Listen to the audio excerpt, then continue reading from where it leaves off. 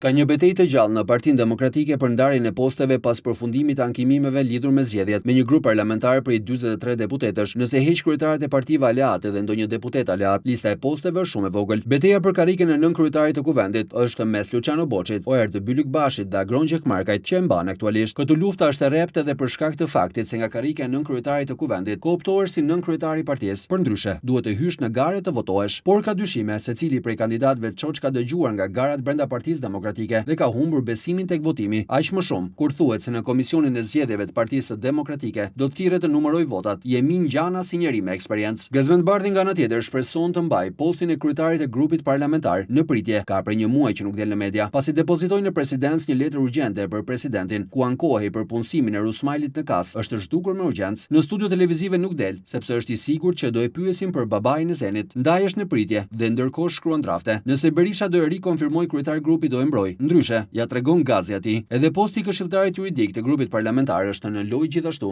Marash Logu dhe Franc Nuri janë emrat më të përfolur, por Marashi duket se po e përjeton më me afsh garën. Kuptoi ani hallin, e mos u avini re kur shkruajnë e flasin sikur kanë hallin e zgjedhjeve të vjedhura, secili po kërkon një post ose një vend pune. Dhe në kushtet kur Partia Demokratike është kadandisur, si kokoshi një thel, edhe tonet ngrihen më shumë e krekosit do të shtohen. Me që ankimimet por shqyrtohen në KAS, disa prej tyre janë vërsulur të shajnë e mallkojnë Rusmailin me besimin se i dëgjon Berisha, por kote kanë, Rusmaili nuk u siguron dot vend pune të gjithëve. Për shembull, Gazi dhe Marashi duhet ta hedhin me short se nuk do mbushen gjithë postet në Partinë Demokratike me nxënësit dhe bashkëpunëtorët e zyrës juridike të Eduard Halimit. Një gjë është e qartë për të gjithë në Partinë Demokratike, zgjedhjet kanë mbaruar.